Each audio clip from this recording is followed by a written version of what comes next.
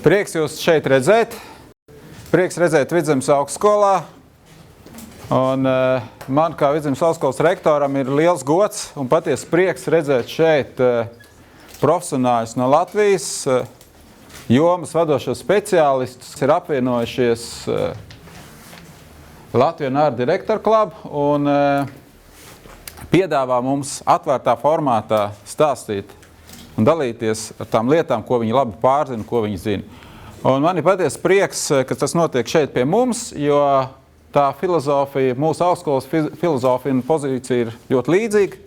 Mēs arī esam radoši, brīvi domājam, brīvi runājam par lietām un mēģinām panākt to, ka tā mūsu izglītība un tās mūsu zināšanas ir pieejamas visiem. Neraugoties to, kāds ir jūsu vecums, nacionalitāte, dažādi veidi uzskati. Es vairāk nerunāšu, zinu, ka jūs gaidiet kādu citu nevis mani. Vispirms es iedošu Zigurdam Zaķim vēl pāris vārdus pateikt, jā, un tad jau ķersimies, kā sakot, pie ragiem. Jā, un es pavisam īsti tikai tā kā, es esmu mazliet saistīts pēdējo gadu ar skolu, mazliet piedalos padomes darbā, un mēs kopīgi domājam, kādā veidā attīstīt skolu, padarīt gan konkurētspējīgāku Latvijā, gan interesantāku jums, gan lielāku vērtību radīt Valmierai un Vidzemē kopumā caur šo skolu. Šī ideja nāca caur kopīgām diskusijām, ka viena no lietām, kas būtu jāattīsta, būtu šī te vieslekciju programma, mūsdienīga, un tā kā es pats bija pēc idejas rašanās, tad man bija pašam jāizpild pirmais solis, un tas vienkāršākais varbūt bija sākt ar tātad klubu organizāciju vai reklāmas nozari, kur es esmu vairāk kā 20 gadi un būtībā gandrīz no sākuma šajā ārdirektoru klubu. Droši vien kā vienīgais neārdirektors vai neradošais, vienīgais stratēģis tur, kas ir joprojām radošajā organizācijā, nevis drīzāk. Ja? Un mēs vienojāmies ar attiecīgi Ēriku, kas ir kopš kluba dibināšanas, tātad jau 9,5 gadi kluba vadītājs un idejas autors toreiz, un Anete, kas ir kluba izpildu direktore. Mēs vienojāmies, ka tas būtu interesanti arī mums šādu programmu uzsākt, un šis ir pirmais solis uzsākot šādu vieslekciju programmu Latvijas augstskolās, tad Vidzemes augstskola ir pirmā. Nākošgad būs vēl. Pirms man būs tas gods taisnoties par Latvian Art Directors Club neiedomājam augstprātīgo nosaukumu, jo, kā teica fotogrāfs Oliviero Toscani, kurš saknē neieredz reklāmu, look at those people, they call themselves art director, creative director. Not even God call himself creative director. Ne? Saknes organizācijai, tā kā ārdirektoru klubs, ir Ņujorkā 50. gadu vidū pagājušajā gadsimtā reklāmas zelta laikmetā, kad katrā stāvā bija nevis kafijas, bet viskija automāts, un kur ir redzējuši seriālu Mad Men, neko daudz tālu no patiesības. Tas nav. Ārdirektoru klubs faktiski tika dibināts ar domu nodot, pārmantot, varbūt iedrošināt, iedvesmot un kaut kā motivēt nākamo arī augstprātīgi pēdiņās liekot radošo paudzi. Ja? Jo ar vārdu radošs principā vajadzētu saprast tik vienas dzīves būtnes lomu uz zemes, kas ir augt, pilnveidoties, atstāt pēcnācējus un šo pasauli drusku labākā kārtībā, nekā mēs viņu esam saņēmuši mantojumā no vecākiem. Gadu desmitiem ejot, tas nosaukums ārdirektoru klubs, kurā sākumā bija apvienojušies vairāk grafiskie dizaineri, mākslinieki, tieši ļaudis, kas bija atbildīgi par dažādu televīzijas kanālu, žurnālu, reklāmu, fotografiju, vizuāliem tēliem, apauga ar dažādu citu, ko mēs saucam par radošo industriju, pārstāvjiem un aspektiem. Un pamazām 20. gadsimta beigās, jau tuvu 50 valstīm, ārdirektoru klubu apvienoja sevi dizaina un reklāmas aģentūras, modes un mākslas fotogrāfus, modes dizainerus, dažādus modes namus, jauno tehnoloģiju, tā kā aizmetņus, ja, mēdījus, bieži vien arī klientu iekšējās reklāmas nodaļas. Un līdz pat 20. gadsimta 90. gadiem ārtdirektoru klubs bija tāda samērā noslēgta vide, kurā tādi talantīgie vecie dinozauri grandi apmainījās ar komplimentiem un pa brīdim savā pulciņā uzaicināja kādu, kurš likās viņu uzmanības cienīgs. Un tad, manuprāt, 92. gadā Londonā uz kārtējo ārtdirektoru kluba sanāksmi sapulcējās viņa valde un konstatēja, ka jaunākam no visiem ir 80 gadu un ka tālāk tā īsti nevar turpināties. Turklāt sevi jau bija pieteicis internets un pēkšņi izrādījās, ka mīkstos ādas krēslos čīkstināties vairs nav ilgtspējīga stratēģija. Tas bija mirklis, kad faktiski šī zināšanu čaula bija spiest atvērties un beigās arī guva baudu no atvēršanās, piesaistot faktiski ikvienu, kuram dvēselē gruzd kāda radošā vai, teiksim tā, labās puslodes vai sirds ģenerēta dzirksts. Baņķieriem ir savi klubi un tad ļaudīm, kas sevi izpauž ar labo smadzeņu puslodu un drīzāk caur emocijām nekā caur Excel tabulu, viņiem ir lūk šis ārtdirektoru klubi, ko dažbrīd ir aizņēmis arī, šobrīd TED Talks, ja? Viens otram, tā sakot, netraucē. Latvijā mēs esam ap 20 reklāmas aģentūras, kā juridiskie biedri, arī dizaina studijas, kā teicu, ir arī fiziskie biedri, tātad ar miesu asinīm un personas kodu, nevis reģistrācijas numuru uzņēmumu reģistrā. Un mēs aicinām, un tā ir ārtdirektoru kluba nosaukuma privilēģija, kādēļ mēs šo mazliet vecmodīgo nosaukumu saglabājam, tā ir privilēģija uzaicināt pasaulē labākos radošos prātus, kur pretī Latvijā viņi nav bijuši. Un viņiem ir pietiekami liela rocība, lai viņi par šādu maziņas nezināmas valsts uzaicinājumu arī neprasītu nekādu atlīdzību. Mūsu viens no pirmajiem lektoriem, vieslektoriem bija tāds revolucionārs, faktiski līdz šim droši vien pasaulē nepārspēts grafiskais dizainers Stefans Sagmeisters. Jauniņā izpildu direktora, faktiski pirmajā Latvijas ārtdirektors kluba darbības nedēļā man vaicāja, ko es tādu labu varētu ārtdirektoru klubam izdarīt. Es teicu, uzaicinu kādu labu, tiešām labu dizaineru. Nākamā dienā viņi man zvan, tu zini, ir tas tāds, štangmeisters, šlagmeisters, kaut kas. Saka, Stefans Sagmeisters, jā, viņš būs Rīgā pēc 3 nedēļām. Es saku, kā tu to dabūji gatavu? Es nezinu, es iegūglēju best graphic designer in the world, tur bija e-pasts, es izlēcu, es uzrakstīšu, kā būs. Nekā, interesanti. Viņš arī atbrauc. Ja? Un tādi mums ir jau mērāmi 100. Ik gadus mēs mēģinam noorganizēt vismaz 12 lekcijas, tātad mēnesī lekciju no visdažādākajām tēmām. Bieži vien šīs tēmas arī mums ierosina ārtdirektoru kluba biedri. Kluba biedriem pasākums ir bez maksas. Kluba biedri iesniedz darbus gada tā kā, vērienīgākajā radošās izcilības festivālā Advarts, kas notiek parasti pavasara astronomiskā pavasara sākumā, tātad ap 20. Kas tas ir? 20. marts, aprīļa sākums, kā sakrīt. Un viņiem ir virkne dažādu citu priekšrocību un bonusu, kā arī, diemžēl, arī nepieciešamība reizēm tik garlaikotiem ar manu uzstāšanos gada atskaitēs vai Anetes cipariem.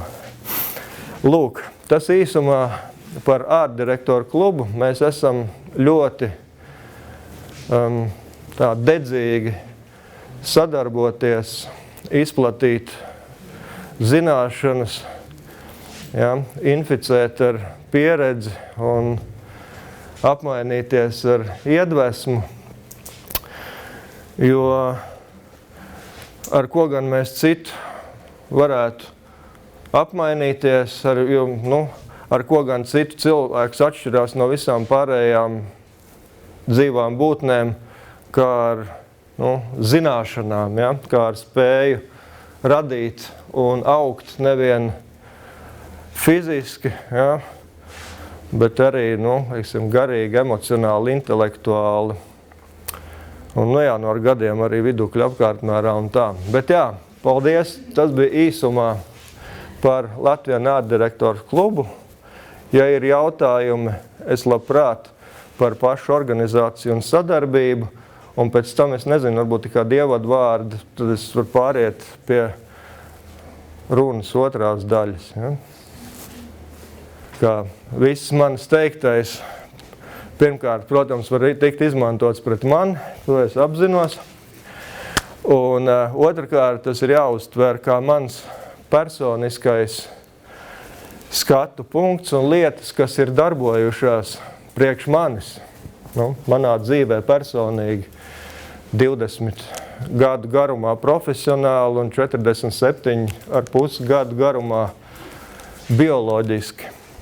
Dažas arī nav darbojušās, par tām mēs arī parunāsim.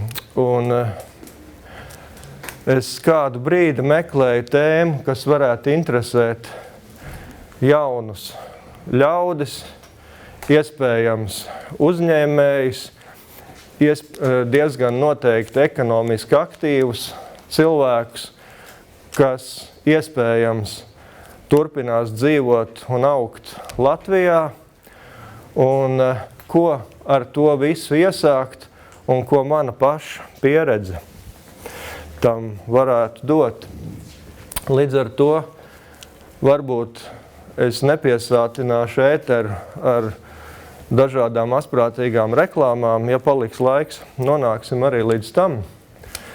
Bet šīs dienas tēma, tātad, kas labāk saprot angļu valodu, kas sliktāk, šīs dienas tēma ir kaut kas, ko angļi sauc par underdog. Tātad aptuveni no vārdnīcas, kā ir būt kādam, kas tikko ir ienācis ģimenē, klasē, kolektīvā, varbūt ģeopolitiskajā telpā, kā jauna valsts vai kā jauns uzņēmums nozarē. Kā ir būt tam, no kura neviens neko īpaši nesagaida, kuru neviens neņem nopietni, par kuru labākā gadījumā smīkņā un sliktākajā varbūt bišķiņ paspara kāju nost no ceļa, lai nemaisās lielajiem par viņu iemītajām takām. Ja? Kas tas ir būt zemsunim, ja? apakšsunim? Ja?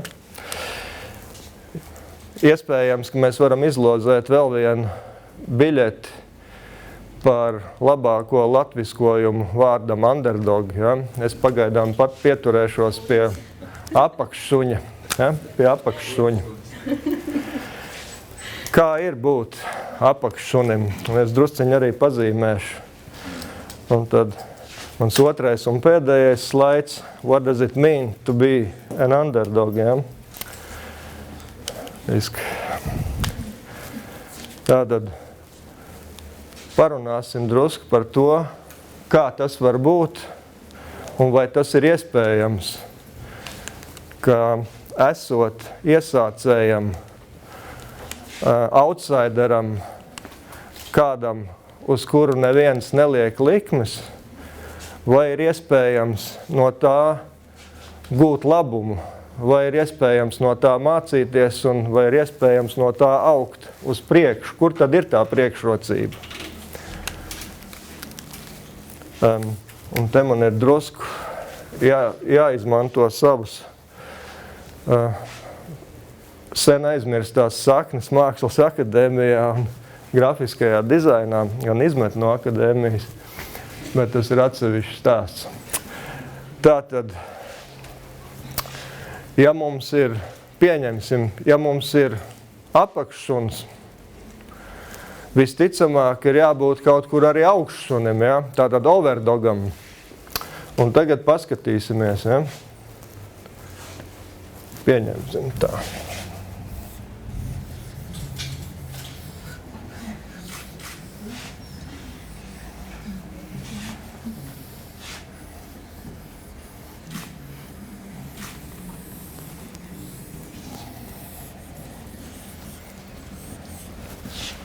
Ja?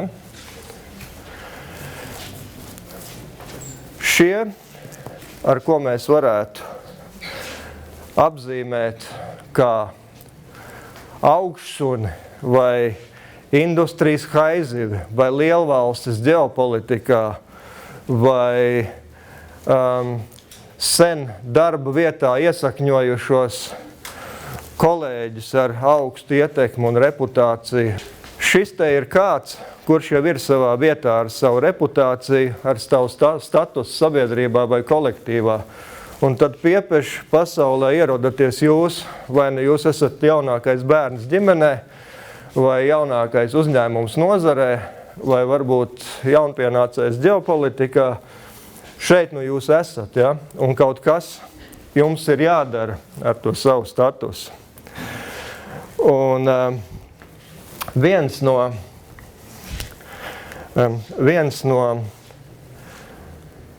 aspektiem, varbūt sajūtām, ar ko es pats esmu saskāries, piedzimšana un uzaugšana Kauguros nav bijis dzīves vieglākais posms. Ja?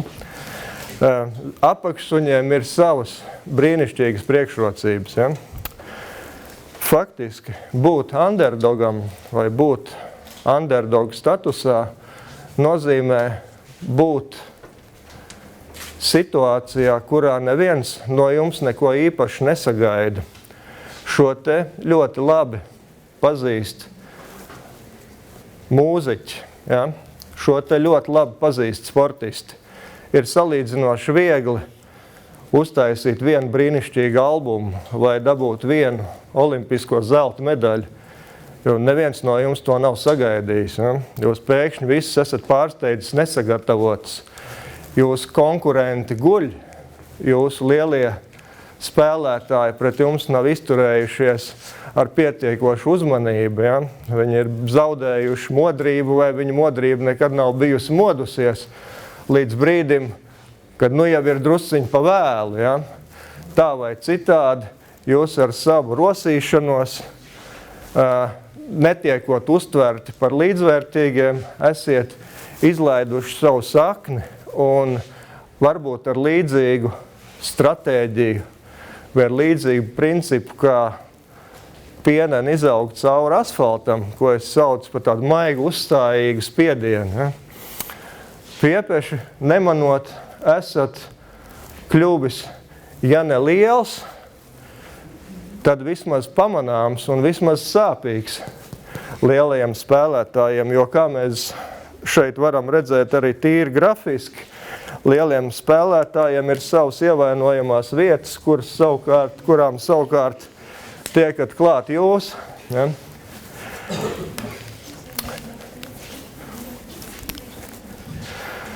Jā, faktiski šis underdog stāvoklis, vienalga vai uzsākot mācības vai dibinot jaunu uzņēmumu, šis underdog stāvoklis iespējams ir tuvākais tam, ko nozīmē būt bērnam.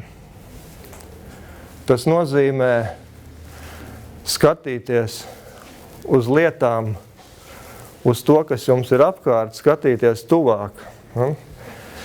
Jo vecāki mēs kļūstam, jo lielāks aug cilvēks. Varbūt tas ir saistīts ar skatu punktu attālināšanos no zemes, es nezinu. Bet jo vairāk mēs dzīvojam autopilotā. Es neatceros, kad es pēdējo reizi būtu paņēmis 8 zobu izgrauzi vai ceļmalu lapu un riktīgi izpētījis, kā tas stiebriņš tur ir uzbūvēts. Kas tur īsti notiek? Kamēr tu esi maziņš, tu esi savā informācijas vākšanas procesā, pasaules izzināšanas procesā. Varbūt jaunas industrijas vai jaunas nozares, jauni produkti. Jaunu cilvēku paradumu izzināšanas procesā. To paradumu griez un grozi un pēti un nost un skaties, kas tur viss no viņa varētu iznākt ārā, kur pretī lielie, vecie, komplicētie, labi ieeļotie mehānismi, šiem sīkumiem, faktiski šiem mazajiem brīnumiem, uz kā pasauli ir uzbūvēta, viņi pārskrien pāri neapstājoties. Tā ir taisnība gan attiecībā uz cilvēku kā individu, jo lielāk mēs kļūstam, jo vairāk mēs dzīvojam autopilotā. Es varu gadu nobraukāt no mājām uz darbu, neatcerēties nevienu reizi, nevienu dienu. Es zinu visas luksaforu zaļās gaismas, cik ilgi kurš strādā, kurā rindā pārkārtoties par cik metriem. Tas viss notiek automātiski. Es neredzu neko sev apkārt. Bērnam viss ir brīnums. Ja? Bieži runā par reklāmas, par provokatīvu reklāmu, spēju aizvainot ļaudis. Nezinu, rādot reklāmā tur liliputu vai invalīdu vai varbūt, es nezinu, kādu pretrunu rasē vai ticībā, nezinu, dzimumā balstītu pretrunu. Un parasti pēc katras šādas it kā negaidītas, mazliet savādākas reklāmas parādīšanās ir milzīga šūmēšanās un garš saraksts ar vēstulēm un cilvēkiem, kurus tāda reklāma līdz sirds dziļumiem ir aizvainojusi. Kaut vai pirms 2 gadiem mūsu pašu taisītā bankas Citadela reklāma par paraolimpiešiem. Ja, tu esi, tu vari.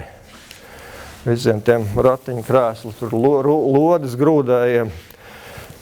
Jūs domājat, ka viss tik tur uzņemts saulēni ar atplestām rokām? Netika uzņemts saulēni ar atplestām rokām.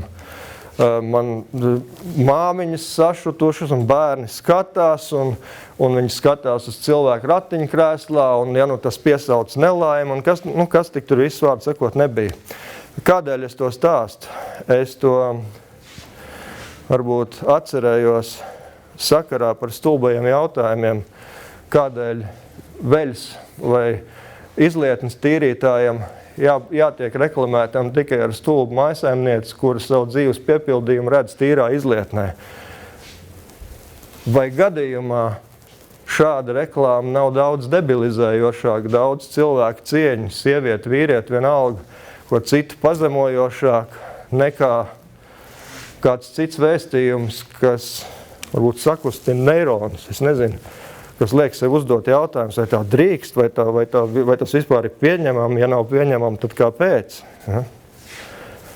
Es arī nezinu. Es tagad uzzīmēšu vienu. Es nezinu, šito var dzēst nost, tur nedzēst arī nost. Faktiski, es iepriekš stāstītais, es domāju, vai viņš ir attēlojams grafiski, vai tas apakšsuņa, augšsuņa attiecību modelis varētu ietilpt kādā formulā, kaut kādā sakarībā.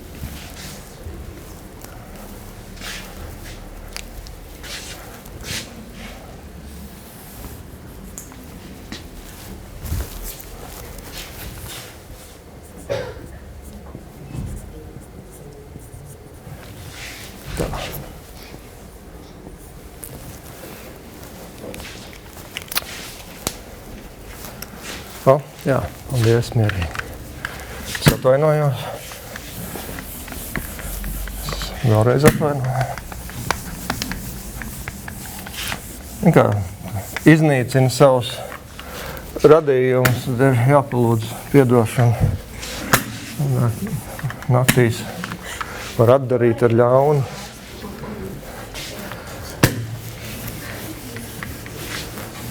Tas ir vēl pēdējās sekundes, lai pierakstītu Anetes ēpastu. Jā. Tātad, es nezinu pat īsti, kā šito nosaukt. Pieņemsim, jūs esat jauns cilvēks, jauns uzņēmums, un jums ir funkcijas, kā pasauli padarīt drusku labāk ar savu produktu, pakalpojumu, ideju, politisko sistēmu, kaut kā. Un līdz ar to mums šeit ir divas asis. Uz vertikālās mēs varētu uzzīmēt vērtību, pie kam nevis kaut kādu uzņēmumu akciju vērtību, ja? Bet sabiedrībai pievienoto vērtību. Ar to faktiski uz šīs ases ir sabiedrības ieguvums, kas cilvēcei no tā jūsu jaunā izgudrojuma, ko viņš pienes tādu, ko sabiedrība iegūst. Un uz horizontālās ases mēs varētu uzlikt naudu, ja? Cik naudas ripo jūsu maciņā. Un tad te ir tādi faktiski 4 kvadrāti, no kuriem nekādīgi nevar izvairīties. Tad, kad jūs iedvesmas skarts pietrūkstaties 3 naktī gultā un uzzīmējat Facebook struktūru, ja? Vai, nezinu, to airdogu, ja reiz mēs par dogiem runājam. Jūs esat šeit, jums ir ideja, kā uzlabot sabiedrību, kā atvieglot ļaudīm dzīvi, virzīt progresu, vai izglābt cilvēci, vai panākt mūžīgo mieru. Bet jūs esat šeit.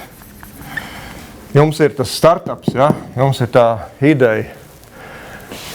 Tātad kaut kas, kas pienes vērtību sabiedrībai, bet tas pirmais kvadrāts ir slikts ar to, ka te nav naudas, tāpēc, ka nauda ir uz šitās ases. Jo tālāk uz šeien jau vairāk naudas. Te ir daudz naudas, te vispār nav naudas. Tātad jūs viens pats ar to savu ideju atrodaties šeit ar lielu pievienoto vērtību sabiedrībai, bet neviens jums par to nemaksā. Slikti. Un tad jūs kārpaties un cīnaties un kožat augšsunim kājās, neguļat naktis, vārdu sakot, dzīvojat to aizraujošo, jauna, ekonomiski aktīva, idejām pilna radījuma dzīve, cīnaties, kamēr caur ērkšķiem un zvaigznēm un neveiksmēm un jūs piepeši sabiedrību jūs pamana. Un jūs kontos sāk ripot nauda, ko cilvēki godīgi, bet taisnīgi maksā par to mazo dzīves uzlabojumu, ko jūs viņam esat sniedzis.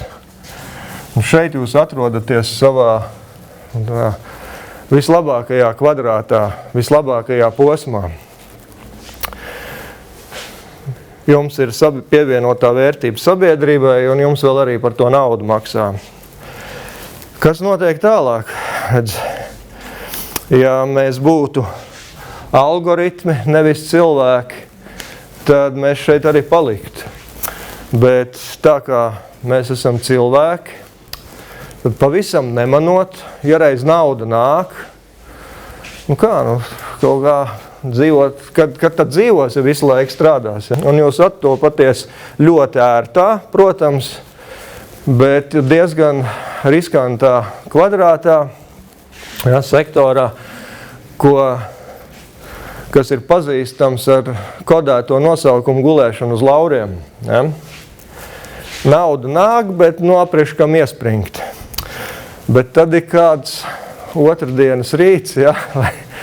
Kad piepieši sabiedrība pamostās ar atklāsmu, kad paga, pa ko mēs te vispār maksājam, kad lūk, tieši blakām ir alternatīvas, tā sakot. Un tad kaut kā mēs piepieši esam bez tās kādreiz mums piemitušās pievienotās vērtības sabiedrībai, un arī bez tās naudas plūsmas kaut kā, un arī drusciņi ar tādu reputāciju jau uz 2,5 kājām. Un tad no šejienes ir 2 ceļi.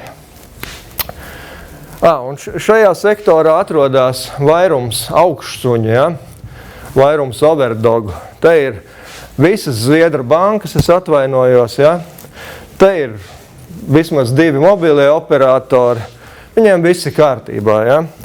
Līdz kaut kādam brīdim. Un tad no šejienes ir 2 ceļi. Viens ir, kad ir, es nezinu, kā tur tas jaunais maksāt nestoru likums, bet faktiski tad ir viens ceļš uz šejienu un te no asins, ja? Tur maksāt nespēja drusku asins arī tā.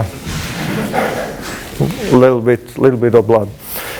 Un otrs ceļš ir ar negulētām naktīm, trauksmes sajūtu saules spinumā, sviedriem, asarām, psihoterapeitiem un antidepresantiem, kārpīties uz augšu, ja? Pakāpeniski, un šoreiz ne tikai laba ideja, bet arī vēl to reputāciju kaut kā vajag dabūt atpakaļ, ja? Un ne visiem tas tur kaut kā ir izdevies. Un tad beigās, jūs esat te kvadrātā, ja? Kad jums ir beidzot atkal super ideja un jūs esat uzlabojuši sevi, reinventējuši, tur pārdzimuši no pelniem, un atkal jums ir tas foršais produkts, bet par kur neviens nezina īsti, ja? Naudu vēl nemaksā. Un tā tas, draugi, iet, tā viņš beidzot cerams jūs nokļūstat šeit, un kā jūs domājat, kas notiek tālāk? Jā. Tā viņš iet starp overdogiem un underdogiem, ja? Tas mūžs paiet uz, vai kā mērnieku laikos teica, uz citu nelaimi izpleties, uz savu saraujies.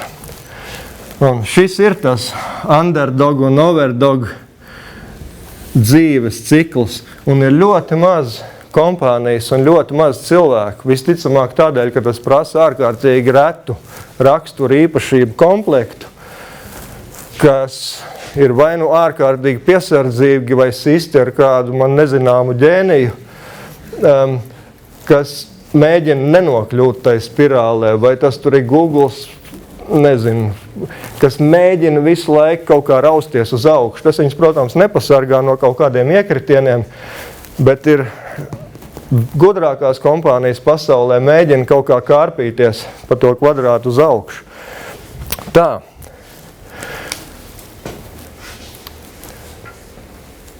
Tik tālu mēs būtu tikuši ar, es nezinu, vai tam ir kāda līdzība ar to iepriekšējo zīmējumu, bet tā darbojās manā pasaulē tas lielummānijas un mazvērtības komplekss, mūžīgais dancis, ja, tur pašapmierinātības un atkal kaut kāds pašam uz sevi likto cerību attaisnošanas mēģinājumu tango. Viņš ir pietiekami sāpīgs un tur cēlumi mijās ar kritumiem. Droši vien, ja manā vietā stāvēt Valdis Dombrovskis, tur viss būtu skaidrs un daudz vienkāršāk. Kas ir, kādi tur suņi? Tur viss ir Excelī, reku rakstīts. Kā. Varbūt es kļūdos, bet visticamāk tā mūsu šodienas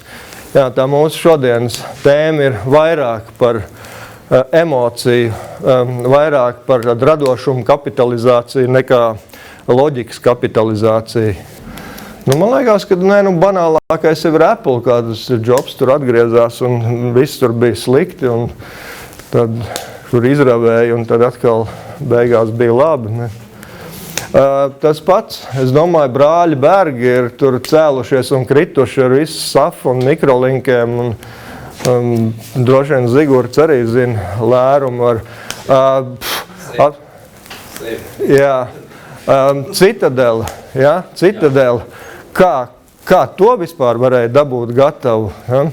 Mēs strādājam ar Citadeli, bet tur es nekādu, diemžēl, nevaru nekādīgi pierakstīt sev nekādu kredītu par tiem panākumiem, jo man likās, ka tur arī nekas nebūs un nekas būt nevar. Neiespējami, ja? Tur pazemoti cilvēki, pazemota valsts, tur visi kaimiņi ņirgājās, Nobela prēmijas laureāti, tur locās vēders, turēdam, jā, tūlīt mēs glābsim, kā tāds skaidrs. Es nezinu, kā viņi to dabūja gatavu, bet dabūt viņi to gatavu dabūja. Tā kā droši vien ir vēl daudz piemēru, bet mazāk zināmi un parakņājoties kaut kur apziņā, zemapziņā, kaut kur iekšienē, droši vien pašam arī ir tie no personiskās pieredzes piemēri, kā es sāku iet uz sporta zāli un spogulī aplūkoju savu presīti un pēc tam nepagāja, bet tas gan bija pirms daudz gadiem, nepagāja ilgs laiks, kad kas notika, taču pat bija. Un tad caur sviedriem un grūtībām, jā. Es, kā neprofesionāls lektors, es droši vien vairāk muldētājs, man patīk arī lēkāt starp mērogiem. Man šķiet, ka diezgan liela sakarība starp to mikromodeli un makromodeli. Diezgan daudz no tā, kas ir patiesa privātā, individuālā līmenī, ir patiesa arī globālā līmenī. Tālāk, kamēr nav dzīvību uz citām planētām atklāta, mēs nevaram it kā to tālāk ekstrapolēt, bet tik tālu, jā, cik es esmu norunājis.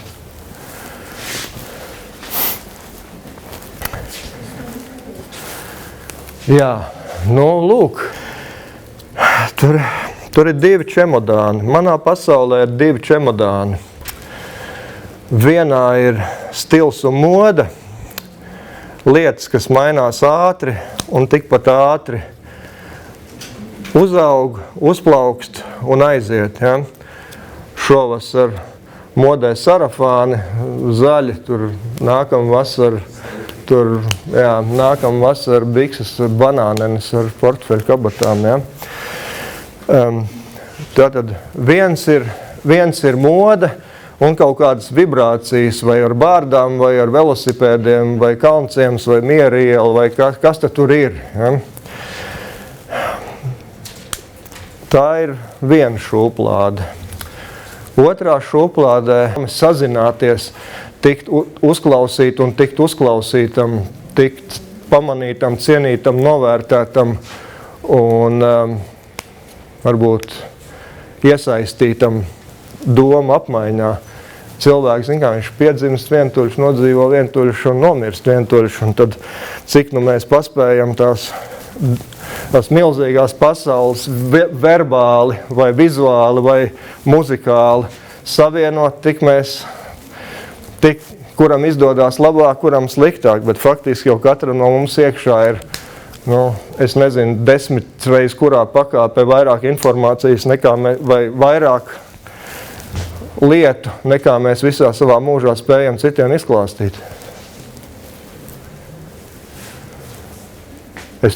Man vismaz noteikti, es nezinu, vai jums ir. Klientu servis ir drusciņi no pats vārdu salikums. Klientu servis ir drusciņi no tās kategorijas no izrēķinātās mīlestības. Es to saucu par izrēķināto mīlestību. Pie gariem mārketinga galdiem sēž šlipsoti ļaudis, kostīmoti ļaudis, un ar lineālu un kalkulātoru mēģina radīt mīlestības pilnu zīmolu, kā mēs tulīt mīlēsim visus un cieti galdā urbjoties ar skatienu. Es varu, tā, mūsu zīmola stratēģija ir mīlestība, un ja kāds šo apsauļus ir atlaists atlūgumu galā līdz nākamās dienas 12 punkts. Ja? Un varbūt, kad reklāmā ir tā šizofrēniskā dualitāte, ka atšķirībā no teātra izrādes, ja? Reklāma bieži vien mēģina radīt emocionālu produktu ar racionāliem instrumentiem. Tas ir tā kā ar āmuru un naglu mēģināt uztaisīt simfoniju. Nu, it kā Keidžs kaut ko tādu tur taisīja, nu. Bet pārsvarā lielākajā daļā gadījumu cilvēki jūt, ka kāds ir rūpīgi izrēķinājis, kā mēs tev tulitās te mīlēsim un cienīsim, ja? Bet principā roka jau ir kaut kur pie jūsu maciņa un drusku tālāk. Tā kā ir visai jāuzmanās no vārda klientu servis, tādā viņa plikā nozīmē. Tik un tā aiz katra klienta servis stāv cilvēks. Un klienta servis ir gan labā restorānā, gan sliktā, bet tas vecais ūsainais vīrs viesmīles priekšautā, kas pienāk klāt, un tu jūti, ka tas ir viņa dzīves aicinājums. Viņš krasi atšķirās no tā Džeka Narvesenā, kurš te piestrādā pa vakariem, tāpēc, ka pa dienu jāmācās. Ja fizikā ir laika telpa, tad tādā radoša vai personības izprausmē ir kaut kāda pieredzes telpa. Ja? Man ļoti patīk tas brīdis, kad jau ķer tas iedvesmas zibens. Es atceros to no jaunības. To ļoti labi var atšķirt. Laba ideja no sliktas idejas, jo no labas idejas tur saslienās matus, pakauš stāvs un zosādi uzmetās uz rokām. Ne? Citādi es nemāku atšķirt. Un, protams, katra laba ideja, viņa atstāja savus nogulsnes. Un katra jauna ideja it kā iedod pienesumu pieredzēji, ka tu vari īsti pēc 10-15 gadiem industrijā vai reklāmā, tāpat kā mūzikā, varbūt simfoniskajā orķestrī, tu tā īpaši greizi, vairs tādu super greizi nospēlēt nevar, ja vien tu tā negribi. Bet ar katru reizi te iedvesme ir, diemžēl, viņi parādās aizvien retāk. Un katru reizi tā iedvesme ir jābūt tādai, kas tev vēl drusciņi paceļ augstāk. Un tas galīgi nav tik viegli. Tur ir katrs zina to visai skumjo skatu, ka tās vecās disko zvaigznes brauc uz Ventspili dziedāt, ja, un tur 79. gada hītus, un skatreiz bišķiņ tik,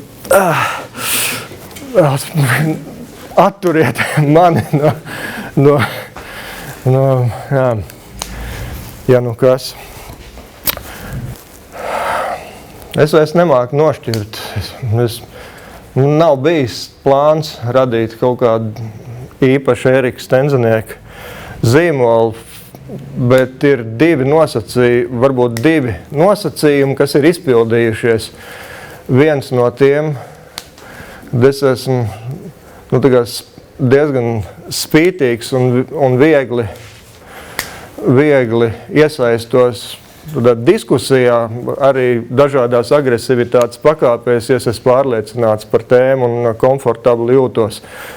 Un, mīļie draugi žurnālisti, man ir pēdējos 10 gados diezgan labi uztrenējuši pašiem par skādi. Un otrs droši vien ir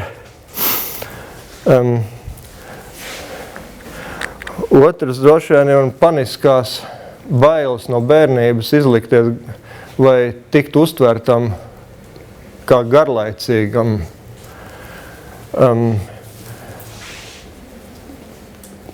Pārsvarā pēc sporta spēlēm vai uzvarētāju komandai, kad sportistam prasa, kā jūs uzvarējāt, kā jums tur gāja. Mums bija labs tas komandas gars, veiksme bija mūsu pusē, pretinieks nebija tik labi sagatavojies. Un, principā, to tekstu varētu likt jebkuram mutē. Un man vienmēr bijis kauns, vai panisks bailes neiekrist vai kastīt, kaut ko vismaz kaut kādu mazliet cieņu izrādīt jautātājam, padomāt, kā to varbūt kaut kā, lai pašam nebūtu kauns par atbildi. Un tas kaut kā ir varbūt žurnālistiem paticis. Un tā kā drīzāk žurnālisti un man paši tur kaut kādi iekšējās vētras to manu tēlu ir būvējuši pietiekami gan apdauzīt to, tad jau redzēs. Viens pavadiens, vienkārši tev, manuprāt, vienīgā no cik lielajām Latvijā, lielajām globālām pagātajām aģentūrām, kas nav aizgājuši starptautisko tīklu pavadā, par ko arī, vienā zināmā tirkus daļā joprojām milzīgs līdzās darbiem, respekts arī, ka Tiešām, jā? Man liekas, ka vesela pauda. Man likās, ka visi domā, ka es loks. Man liekas, ka tieši pauda atkal beidzot ar priekšu. Es nezinu, ka otrādi parādījušies tie, kas iet strādāt kādām, tad drīzāk nekam savējo, viņi aug strauji. Es domāju vienkārši par to, par šo tēmu būt neatkarīgam no lielajiem, kas ir arī kaut kādā ziņā tā pati stratēģija, bet tieši uzņēmumu un tava, tas ir tavs biznes, kas arī ir aizdroši vien kaut kur cauri posmiem. Jā, paldies, bet tas nav noticis stratēģiski. Tas vienkārši tā ir noticis, jo es nepaspēju ielikt pirmajā reklāmas vilcienā, kurā ielec Skulte un Blaka, un Ainārs Šipčinskis, un es tad tikai vēl tur biju kasē kaut kur un tur meklēju, kurš perons, Un es nokļuvu situācijā, kad visi tie tīkli jau bija kaut kā sadalīti, un pie kam tie tīkli jau nedalās tā kā viena jauna aģentūra, un tad viņi pie tevis atnāk. Kurš to milzīgo grupu tur tas to 8K arī taisa, tur vienam džekam varbūt tur 11 tie tīkli, un es nekādīgi viņiem netiku klāt. Un kādu brīdi es drausmīgi pārdzīvoju līdz laikam kaut kādam 2008. Gadam, kad pēkšņi visi sāk mēģināt kratīties no tiem tīkliem vaļā. Tas laikam notika pēc pirmā dotcom burbuļa, pēc Enrona krīzes, kas tur notika. Atklājās milzīgi šmaukšanās Ņujorkas un Londonas biržās, vārdu sakot, lielo globālo uzņēmumu uzraudzība kļuva daudzkārt ciešāka. Es nezinu, mazākās jausmas, piemēram, Lars von Trieris, patās TV netā bija nointervēts, ka viņš jau 90 dienas ir skaidrā un vairs skaidrs, ka nevienu vairs jaunu izcilu filmu viņš neradīs. Jo viņš tikai ir jāizvēlās būt starp režisoru un cilvēku. Diemžēl esmu spējis izvēlēties pēdējo daļu veselības stāvokļu, tā kā diemžēl vairs neko neradīšu. Tā kā dažādiem tur ir dažādas metodas. Ir dažādas viltības.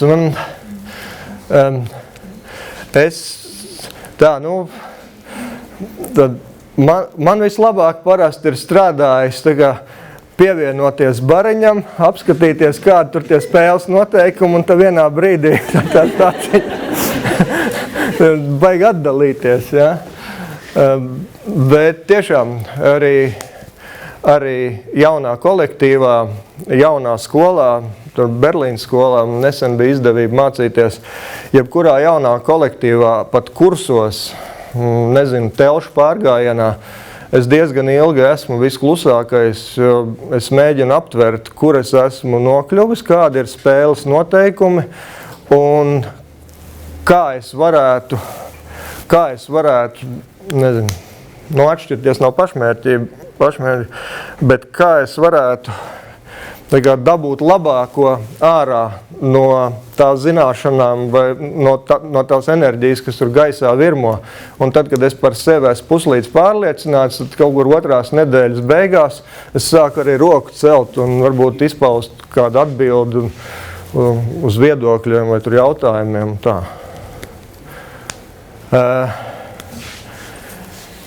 Es teiktu tā, ka jaunais zina piegriezumu, vecais zina drēbi. Ne? Varbūt, ja tā analoģija kaut ko izsaka.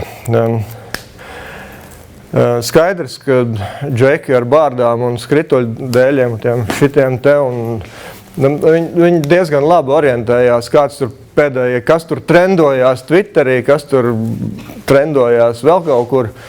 Savukārt tie vecie zina, ko nozīmē tur sīkajam termometru pakaļā bāzt pie 40 grādiem, ja, temperatūras. Es domāju, ka tas ir viena ābola divas pusītes, tur viens bez otra īsti nevar. Jaunais var paskaidrot, kāpēc tas ir stilīgi, un droši vien vecais var paskaidrot, kāpēc tas rezonē ar cilvēku dziļāko būtību. Viņi īsti, es varētu pat dažus kaut kad parādīt, ja ir pieslēgums, jā. Notika viens slikts brīdis, kad viņi sāka baidīties. Un nevis cilvēki sāk baidīties, bet klienti sāk baidīties. Un notika tas līdz ar Lehman Brothers un Pareks krahu.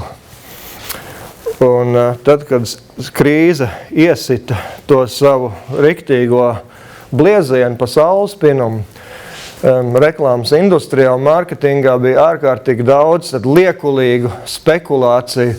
Paldies krīzei, cik forši tagad šī krīze iemācīs mums būt radošiem pa īstam un ar daudz mazākiem budžetiem īstenot daudz drosmīgākas idejas, kas pienesīs daudz augstāku efektivitāti un mēs būsim spiesti būt radošāki. Un, protams, ka notiek pilnīgi pretējais, jo tad, kad budžeti ir ierobežoti, klienti vairs nav gatavi riskēt ne ar ko. Viņi tad taisa tās lokainās meitenes ar blaugznām un džekus ar baltiem zobiem un mazos smaidošos bērnus un nav viņi gatavi riskēt vairs ne ar ko. Un sliktākais ir tas, ka krīze beidzās, bet ieradumi paliek. Un to Zigords var labāk pastāstīt, bet to ir šausmīgi grūti izļurināt atpakaļ. Es nezinu, kam būtu jānotiek, lai šobrīd Komercbanku asociācijai es varētu aiziet uz sieviešu cietumu un uzfilmēt sievietes kabatzaglis, lai reklamētu norēķinu kartes, ja? Kā mēs to izdarījām 2005.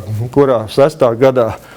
Un tas izgāja cauri, un nevis vienai bankai, bet veselai banku asociācijai. Es pēc tam varu uzlikt pāris piemērus. Nekas tāds šodien nav iespējams. Es nezinu, kā tam tikt pāri. Tieši tāpēc, bet krīze mūs ir ar Zigordu un lielos lašus padarījusi par tiem overdogiem. Un tāpēc visas cerības ir uz underdogiem, maziem, jauniem un nikniem.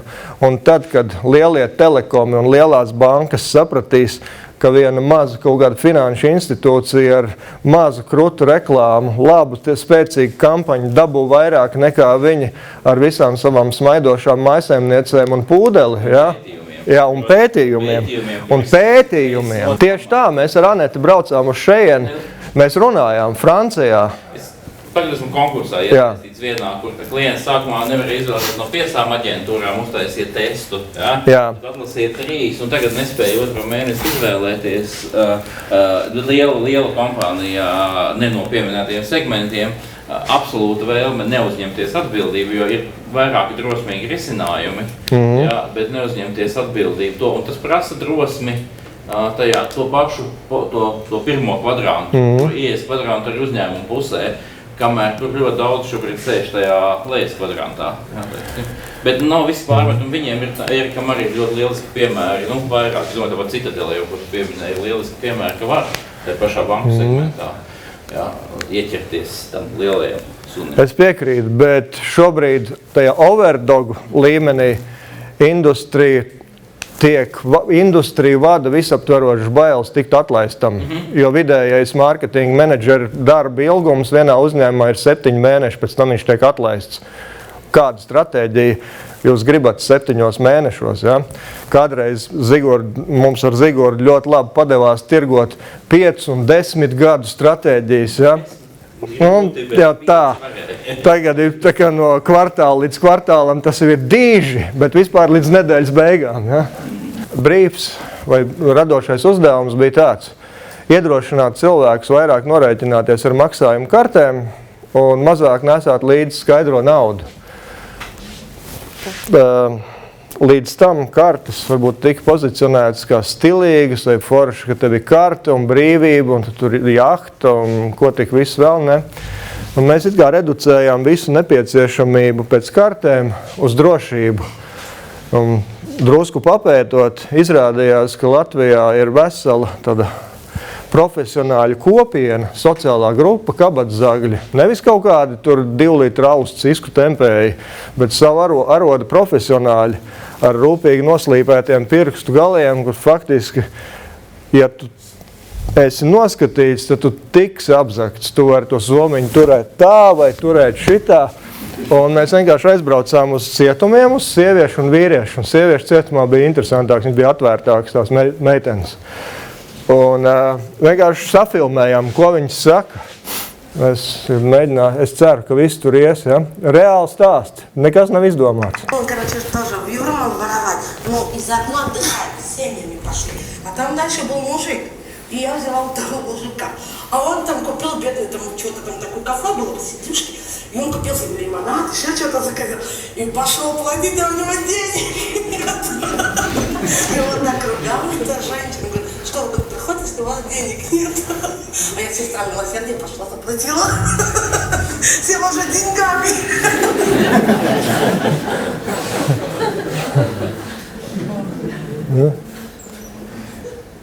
Карточка это очень плохо, люди. Тут для вас самих она неудобна. Потому что бывает, что вы сами забываете, куда там блокируется, там надо вам идти в банк, там высчитывать деньги, опять чтобы разблокировать. Или часто лучше оставляйте, пожалуйста, если можно, код, пин-код, чтобы и вам удобнее не забывалось, и... Es vienkārši gribēju parādīt, varbūt, ko mazs tirgus izdara, ja? Latvija kā maza valsts. Mazs tirgus iemāca minimalismu. Faktiski to pašu drāmu, Romeo un Džulietu, ko amerikāņi varētu nofilmēt ar superaktieriem un masas skatiem no helikoptera, teorētiski var izspēlēt arī ar teikarotu un cukurgraudiņu, ja? Tieši tikpat dramatiski. Un te varbūt viens piemērs, viņš nav ārkārtīgi smieklīgs, bet viņš diezgan labi ilustrē, kā var domu, cik tālu var domu kristalizēt, atmetot nost lieko. Un katru reizi, skatoties to reklāmu, es vēl atceros, vēl iedomājos, ko tur vajadzēja tomēr mest nost un kas tur bija pa daudz un tā. Faktiski. Viņš apdrošināšanas kompānija vienkārši asari ietek apakaļ acīm visu, kas nav.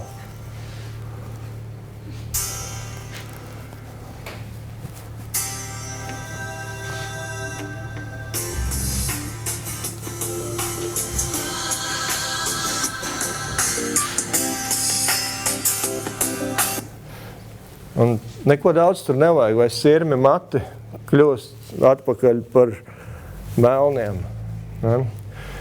Un tai ziņā Twitters ir brīnišķīgs izgudrojums. Tur var būt, var nebūt, bet man tas ir darba instruments, kuram pateicoties pēdējo dažu gadu laikā, es esmu iemācījies saspiest stāstu. Tajās 140 zīmēs iekšēji sev nosakot nepārkāpjamu kritēriju. Tu nedrīkst īsināt neko, visām pieturzīmēm jābūt savās vietās, ja? Un tu nedrīkst pārnest domu uz nākamo tvītu. Viņš ļoti labi iemācās saspiest stāstu. Ja kāds ir redzējis, YouTube ir visai slavens tāda mājaslapa, kur ir iespējami īsākā laikā saspiest klasiskās filmas. Un viena no labākām bija Titaniks 5 sekundēs. Tā vienkārši tas žeks, ka this ship can't sink. Un tas nākamais jau un aiziet titri. Gribēju parādīt, ka dažām idejām nav pasūtītāji. Viņas vienkārši kaut kā top. Un pirms pāris gadiem, kad neveiksmīgi valdība mēģināja ieviest tos fotoradarus, paralēli notika arī kampaņa vecs sadzīves tehnikas, lai aicinājums cilvēkiem nodot veco sadzīves tehniku un iegādāties vietā jaunu, neizmest viņu mežā, lai viņi tur nerūsē. Un faktiski mēs saslēdzāmies. Jā, Tautas radars. Viņam pat īsti nav pasūtītāja, ja?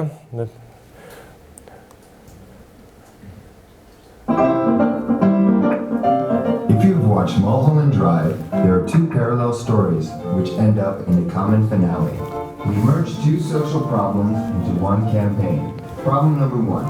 The Latvian state had a traffic speed camera installation project. In total, 160 speed traps at the cost of 25 million euros had to be installed to make Latvia the safest driving country or most photographed, whatever. For some unknown but guessed reason, the project was given to a private company, which means the faster you go, the richer the company gets. So more speeding is better. The project failed and only 17 cameras were installed. Problem number two.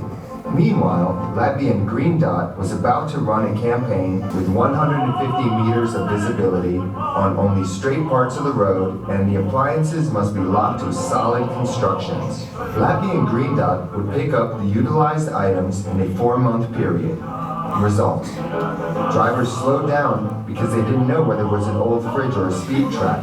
The campaign saved some lives, around 25 million euros for the Latvian state, and served as a good practice for utilizing electronic equipment.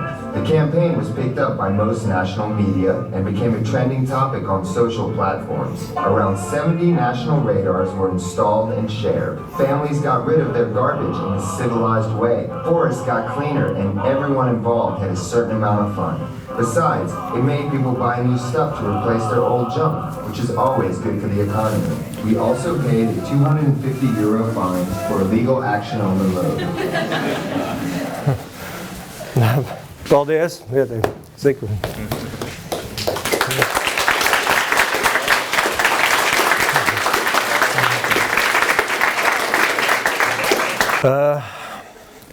Pilnīgi visu nedara.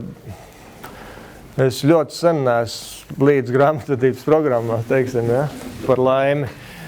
Bet, jā, tas multitaskings ir daudz lielāks.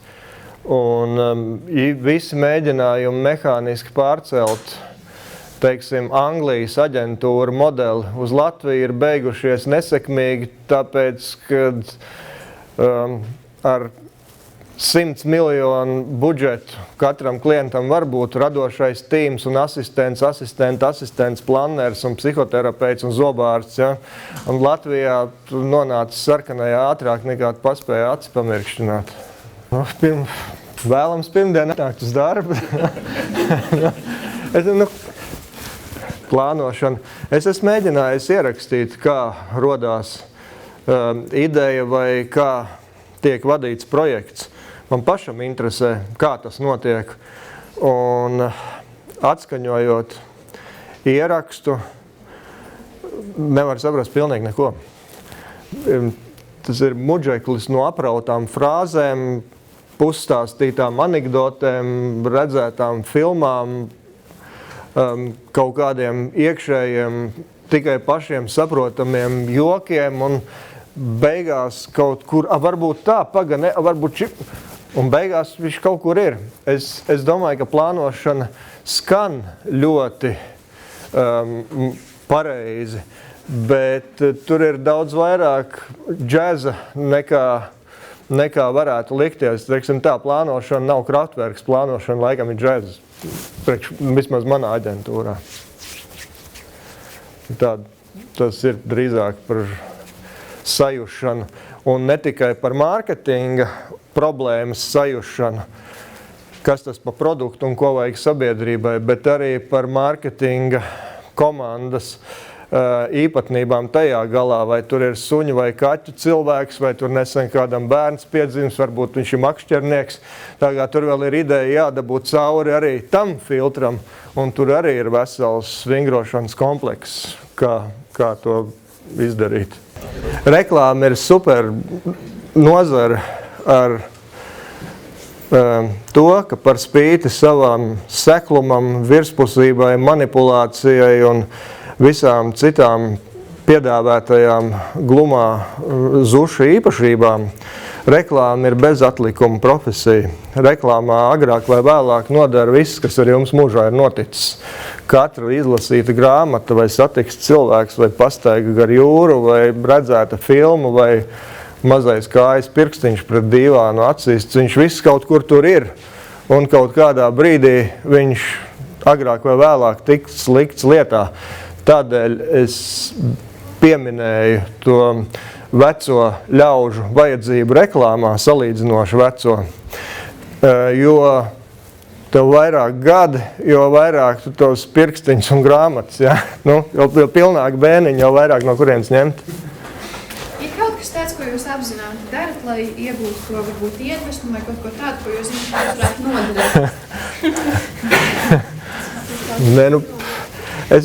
Man ir tā priekšrocība par māju mazliet aiz kolkas, ja lībiešu krastmalā, un katru nedēļas nogali es tur dodos un apķeru priedi, un vairākas priedes jau ir nokaltuši.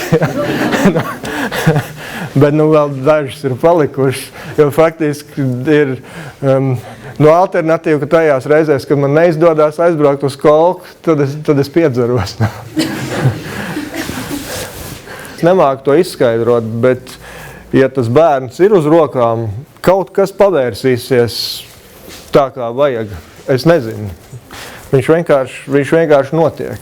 Viņš vienkārši notiek. Ir droši vien daudz labas idejas par kvadrātveida ābolu audzēšanu vai krēslu ar vienu kāju vai taisnie makšķerāķi, kas nav realizējušās, bet varbūt viņas nav bijušas pietiekami jaudīgas, kur pretī, ja viņa ir, kā tur viens bija teicis, ka nekas nav tik ļoti neapturams kā ideja, kuras laiks ir pienācis. Jo bija šitai paši iPads jau bija, manuprāt, kad 90. gadu beigās tas Newton pats vai kas viņš bija, vienkārši viņš bija 10 gadus pātri uztaisīts, un tā viņš tur aizgāja lejā. Varbūt nesanāk, tad vēl nav laiks. Vai arī, ja nesanāk, tad iespējams, kad ir tas Eirovīzijas sindroms, ka mēģina uztaisīt kaut ko, kas jau eksistē, tā kā Birkenbag, bet bišķiņ savādāk, bet, principā, jā. Es domāju, ka Google vēl diezgan ilgi neviens nedabūs lejā, ja? Varbūt viņiem ir drusku cita situācija, ja tu vari atļauties pirkt vistalantīgākos cilvēkus pasaulē par absolūti jebkādu naudu, varbūt pie apzinātas stratēģijas, pie apzinātas investīcijas talantos, tu vari justies diezgan drošs, ka kaut kur tur nenobrauks lejā. Bet tāda maza, piemēram, es nezinu, man liekas, ka Mārtiņš Rītiņš nav baigi nobraucis nekur lejā, ja neskait vārnas, bet... Es jau atvainoju, man ir vairākas mājienas deva un pat viens stūmienu pa krēslu, ja? Ka mums ir tā kā esot jāpaļojas lēnām mūsu diskusijā. Un savukārt mēs, tad tas mans secinājums ir tāds, ka atslāpt nedrīkst, ja? Jo kā jūs atslāpsiet, jūs nonāksiet tur, ja? Un to mēs sakam arī studenti, neiedomājieties, jūs tagad dabūsiet kaut kādu grādu vai bakalaura maģistru, un tad jūs uz mūžu dzīvosiet. Nē, tā nebūs, jums visu laiku būs jāiespringst, un arvien vairāk jāiespringst, kas jādara. Tad garduma trauks radoši ikdienai, jo radošas lietas ir ļoti vajadzīgas, jā. Paldies, glikozi! Jā.